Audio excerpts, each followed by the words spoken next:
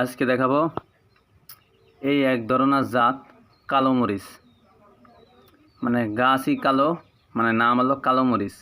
মরিচগুলো খুব ভালো হয়, খুব ভালো ফলন।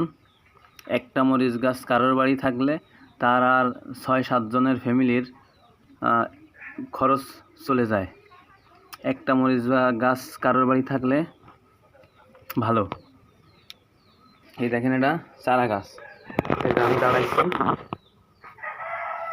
প্রায় আমার মাথা সমান হয়েছে। একটা ফুলও ফোটে নাই, একটা মরিচ হয় নাই। কারণ এটা যখন 2 হাত লম্বা হয় তখন মরিচ হয়।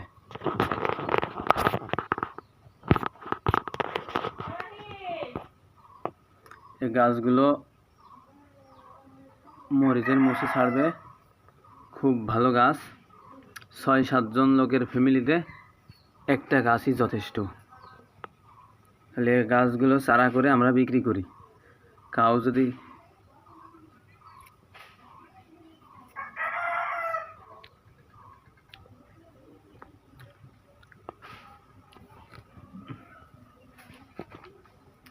গাছগুলো প্রায় 6 ফুট লম্বা হয়।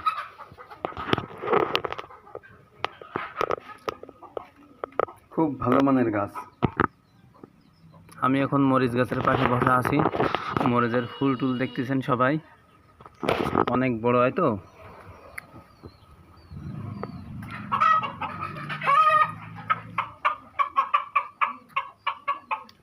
এই মরিচ গাছগুলো যদি কেউ না কাটে, এগুলো সহজে মরে না, 10 বছর পর্যন্ত থাকে।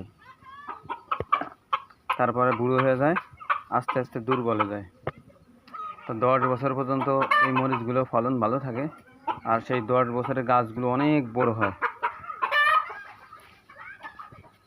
উচ্চতা হয় 6 ফুটের মতো।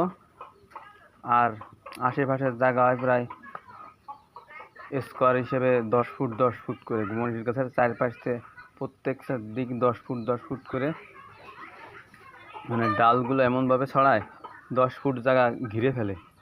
সুন্দর এক মরিচ গাছ।